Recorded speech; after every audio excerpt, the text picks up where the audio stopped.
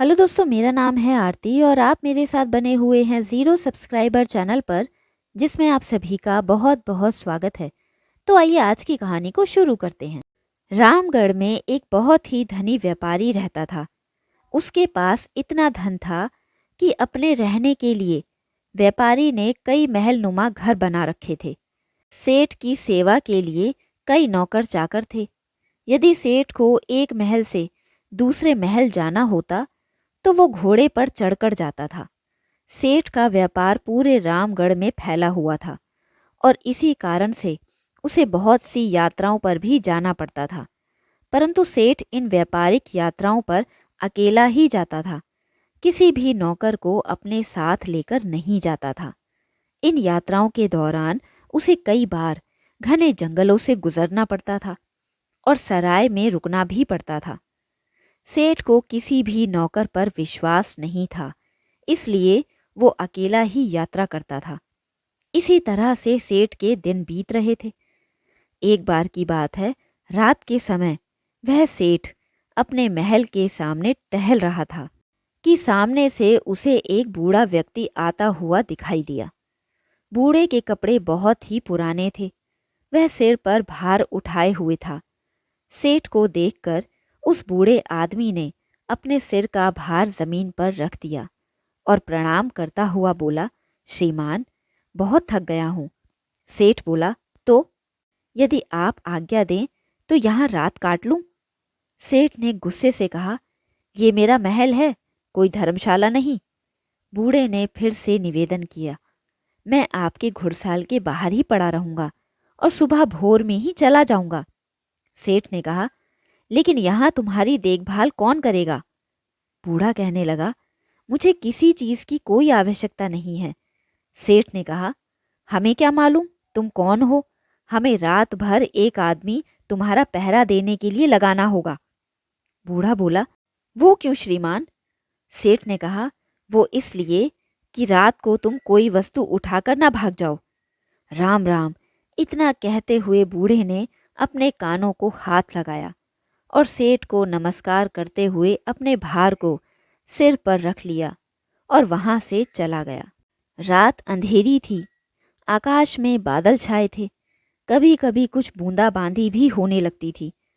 आंधी आने का डर था। बूढ़ा बुरी तरह से थक रहा था। उसके हाथ पैर कांप रहे थे। चलना कठिन था। परंतु सेठ के इन कटु शब्दों ने उसे ऐसा व्यक्ति कर दिया कि उसने रामगढ़ के किसी भी शहरी के पास जाकर विश्राम करने का विचार छोड़ दिया। बारिश जोरों से आ गई। जिस तरह रात का अंधकार बढ़ता जा रहा था, उसी तरह बूढ़ा भी अपना भार उठाए आगे बढ़ता चला जा रहा था। समय बीतता गया। कुछ दिनों बाद वह सेठ अपने मित्रों और सेवकों के साथ शिकार खेलने के लिए जंगल में गया। शिकार खेलते हुए उस सेठ ने अपना घोड़ा हिरन के पीछे लगा दिया। बहुत ही यत्न करने के बाद भी वो शिकार उसके हाथ नहीं आया। इस दौड़ धूप में वो अपने साथियों से बिछुड़ गया। घने जंगल में घुस जाने पर वो अपने नगर का मार्ग भी भूल चुका था और घंटों तक जंगल में ही भटकता रहा। इतने में रात हो गई। आंधी चलने लगी। बादल छा गए। कोई भी ऐसा व्यक्ति नहीं था जो उस सेठ की सहायता करता। बेचारा थक कर चूर चूर हो गया था। जब उसे कोई मार्ग नहीं सूझा तो वो एक वृक्ष के नीचे बैठ गया। आंधी इतने जोरों से बढ़ने लगी कि जंगल के वृक्ष टूट टूट कर गिरने लगे। तूफान के कारण आंधी बढ़ने लगी। हाथ को हाथ नहीं दिखाई देता था। प्रकृति के इस प्रकोप से घबराकर घोड़ा अपने बचाव के लिए इधर उधर भागने लगा। सेठ इतना थका हुआ था कि उसे होश ही नहीं था। थोड़ी देर बाद आंधी शांत हो गई। थोड़ी थोड़ी बारिश होने लगी। चारों ओर फैली हुई धूल बैठ चुकी थी। आकाश कुछ कुछ साफ हो गया। सेठ ने देखा कि उसका घोड़ा उससे जुदा हो गया था। वो घोड़ा उसने 2000 रुपये देकर खरीदा था और बहुत ही चाव से उसे पाला भी था। अब तो उस सेठ को घर पहुंचने की कोई भी आशा दिखाई नहीं देती थी। कहते हैं, सवेरा होने से पहले रात का अंधकार बहुत ज़्यादा बढ़ जाता है।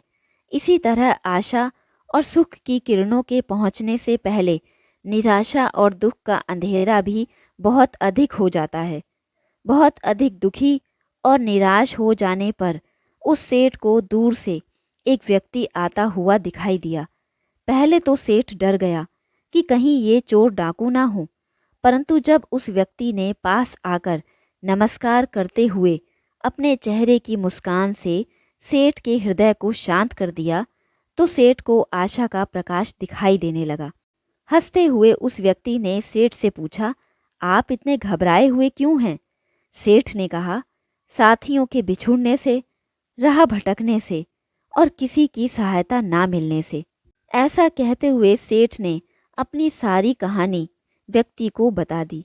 निसहाय सेठ की इस करुणाजनक कहानी को सुनकर उस व्यक्ति को दया आ गई। वह उसे अपनी झोपड़ी में ले गया। वहां जाकर वह व्यक्ति बोला, यहाँ मैं अपने पिता और माता जी के साथ रहता हूँ। जो रूखा सूखा भोजन हम खाते हैं वह आप भी खा लेना और विश्राम कर लेना। सेठ ने कहा, परंतु मेरे घोड़े का क्या होगा? व्यक्ति बोला, सुबह होने से पहले मैं आपके घोड़े को ढूंढ लाऊंगा। सेठ ने कहा, कैसे? व्यक्ति बोला, मैं इस जंगल के कोने कोने से परिचित हूँ। फिर सेठ ने कहा, क्या तुम मेरे साथियों को भी ढूंढ सकोगे? व्यक्ति ने कहा, यदि वे इस जंगल में हुए तो मैं अवश्य ही उन्हें ढूंढ निकालूंगा। इस उत्तर से उस अमीर सेठ को बहुत ही संतोष हुआ। वह निश्चिंत हो गया। अभी सेठ सोया नहीं था कि उस व्यक्ति ने एक दूध का कटोरा लाकर रख दिया। सेठ बोला, ये क्या है महाशय? व्यक्ति बोला, हमारी बकरी का दूध है। सेठ ने पूछा, तुम्हारे पास कितनी बकरियां हैं? व्यक्ति ने जवाब दिया, केवल एक। सेठ ने फिर कहा, क्या एक बकरी इतना दूध दे सकती है? ये एक सेर से अधिक नहीं होगा। तुम भी पियो। व्यक्ति बोला, पिताजी ने कहा है आज का दूध केवल अतिथि सेवा में ही लगाया जा सकता है। आज हम लोग दूध नहीं पिएंगे। सेठ ने कहा, क्यों? व्यक्ति बोला, हमारे यहाँ सबसे बढ़िया चीज़ दूध और पूत को समझा जाता है। अतिथि सेवा में हम इन दोनों वस्तुओं को पेश कर देते हैं। मैं पिताजी का एक लौता पुत्र हूँ और दूध हमारे यहाँ सर्वोत्तम समझा जाता है। पिताजी ने ये दोनों ही आपकी सेवा में भेज दी हैं। सेठ बोला, तुम सचमुच देवता हो। व्यक्ति बोला, नहीं नहीं साहब, देवता तो बहुत दूर की चीज़ है। हम तो पूरी मानवता को भी नहीं अपना सके। सेठ ने कहा, नहीं भैया, मानवता तो तुम में कूट कूट कर भरी है। इस तरह बातें करते करते वो सेठ सो गया। अपनी अतिथि की सच्ची सेवा करने वाला व्यक्ति चुपके से उठा, हाथ में मशाल ली और अतिथि का घोड़ा ढूंढने के लिए चल दिया। भोर होने के समय के आसपास वह अतिथि का घोड़ा लेकर अपनी झोपड़ी पर लौट आया। जब उसकी माता ने देखा कि अतिथि का घोड़ा मिल गया है तो वह उठकर घोड़े के लिए दाना दलने लगी। वह जानती थी कि जंगल से घोड़ा घास चरकर आया होगा, परंतु फिर भी उसने अतिथि के घोड़े की सेवा करना अपना कर्तव्य समझा। घोड़े को यदि दाना ना मिलता तो शायद अतिथि सेवा अधूरी समझी जाती। प्रातःकाल जब वो अमीर सेठ सोकर उठा, उसने देखा कि उसका घोड़ा दाना खा रहा था और अतिथि सेवक वो व्यक्ति उसके सामने हाथ जोड़े हुए कह रहा था, आज ईश्वर ने हमारी लाज रख ली। सेठ ने पूछा, कैसे? व्यक्ति बोला, आपका घोड़ा सकुशल मिल गया। यदि वह सामने की ओर निकल गया होता तो शायद बाघ ने उसे अपना शिकार बना लिया होता। ये सुनकर सेठ ने उस व्यक्ति को धन्यवाद दिया। उसी समय उस व्यक्ति की वृद्ध माता ने अतिथि के लिए दूध का कटोरा भरकर भेज दिया। दूध पी लेने के बाद सेठ ने अपने घर लौटने की इच्छा प्रकट करते हुए कहा, मैं तुम्हारे पिता से मिलना चाहता हूँ। वो व्यक्ति अपने पिता को बुलाने के लिए गया। उसके पिता बिस्तर पर लेटे हुए आराम कर रहे थे। व्यक्ति ने कहा, पिताजी, अतिथि महाशय आपको याद कर रहे हैं। पिता ने पूछा, किस लिए? व्यक्ति ने कहा, वे जाना चाहते हैं। पिता ने कहा, बेटा उनसे कहो कुछ दिन और ठहरें। व्यक्ति ने कहा, मैंने कहा था पर वो मानते ही नहीं। पिता ने कहा, अच्छा तो उन्हें रामगढ़ तक छोड़ कर आओ। व्यक्ति ने कहा, वो जाने से पहले आपके दर्शन करना चाहते हैं। पिता ने कहा, बेटा अच्छा तो यही होगा कि मैं उनसे ना मिलूं। पिता की ये बात सुनकर पुत्र को कुछ आश्चर्य हुआ। उसने अपने पिता के सामने मुख से कभी क्यों शब्द नहीं बोला था। वो पिता को इस प्रकार देखने लगा मानो उसकी आंखों में क्यों शब्द लिखा हो। पिता ने पुत्र के इस प्रश्न को पढ़ लिया और धीरे से उसे समझाते हुए बोला, तुम शायद यही पूछना चाहते हो कि मैं अतिथि से इस प्रकार दूर रहकर उसका निरादर क्यों कर रहा हूँ। असल में मेरी इस बात में भी अतिथि सत्कार का ही भाव भरा हुआ है। पुत्र बोला, मैं इस अनादर में आदर की भावना को समझ नहीं सका पिताजी। पिता ने कहा, समझाऊं भी कैसे। पुत्र बोला, ऐसी कौन सी कठिन बात है जो मुझे आप समझा ना सके।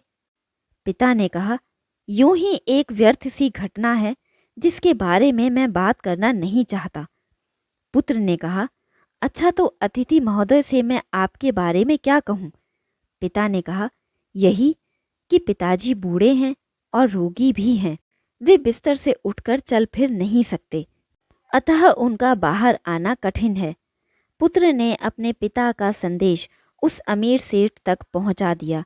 ये बात सुनकर सेठ बोला, इस पवित्र स्थान पर आकर मैं ऐसे महात्मा को देखे बिना कैसे जाऊं, जिसके घर में भूले भटकों को मार्ग दिखाया जाता है, जहां अतिथि की सेवा जी जान से की जाती है, जहां अपरिचित अतिथि के घोड़े को ढूंढने के लिए घर वाले अपनी जान संकट में डाल सकते हैं, और जहां गृहिणी अपना खान पान उठाकर अतिथि के घोड़े का पेट भरने के लिए तैयार रहती है। तुम्हारे पिता को देखकर ही मेरा जीवन सफल हो सकता है। पुत्र ने अतिथि का संदेश पिता से कह सुनाया। अब वह बूढ़ा व्यक्ति क्या करता, उसे अतिथि के सामने आना ही पड़ा। अमीर सेठ ने जब उसे देखा तो उसी वक्त पहचान गया कि ये तो वही बूढ़ा है जो कुछ दिन पहले रामगढ़ में उसके महल के सामने बोझ उठाए हुए आया था। एक रात के लिए वह आश्रय मांगता था और सेठ ने उसे चोर तक कह दिया था। कितनी दानवता थी उस दुर्व्यवहार में। इस वृद्ध के पुत्र ने अपनी मानवता का परिचय देकर उस अमीर सेठ के हृदय को बिल्कुल ही बदल दिया था। अमीर सेठ हाथ जोड़कर खड़ा हो गया और अपने दुर्व्यवहार के लिए क्षमा याचना करने लगा। बूढ़े ने कहा, आपकी ओर से क्षमा याचना का प्रश्न ही पैदा नहीं होता, क्योंकि मैं बाहर आकर आपको उस पुरानी घटना की याद दिलाना नहीं चाहता था। आपके आग्रह को मैं टाल नहीं सका, इसलिए मुझे यहाँ आना पड़ा। इससे शायद आपको दुख हुआ हो, अतः मुझे आपसे क्षमा मांगनी चाहिए। सेठ ने कहा, कितना ऊंचा है आपका व्यक्तित्व। ये कहकर वो अमीर सेठ वृद्ध व्यक्ति के पैरों में गिर पड़ा। उसके नेत्रों से पश्चाताप के आंसू गिर रहे थे। उसके होठ फड़फड़ा रहे थे, मानो वो यही कह रहा हो, इस बूढ़े की झोपड़ी महलों से कहीं ऊंची है, क्योंकि यहाँ मानवता का निवास है। इसके बाद वो सेठ सुरक्षित अपने घर लौट गया। इस घटना के बाद उस सेठ का हृदय बिल्कुल ही बदल गया। अब वह दीन दुखियों की सहायता करने लगा और अपने घर आने वाले अतिथियों का पूरा स्वागत और सत्कार भी करने लगा। दोस्तों, ये कहानी यहीं ख़त्म होती है। आई होप आपको ये कहानी अच्छी लगी होगी। अच्छी लगे तो लाइक, शेयर और सब्सक्राइब ज़रूर करिएगा। अपना कीमती समय हमें देने के लिए दिल से धन्यवाद। मिलते हैं ऐसी एक कहानी के साथ। तब तक के लिए नमस्कार।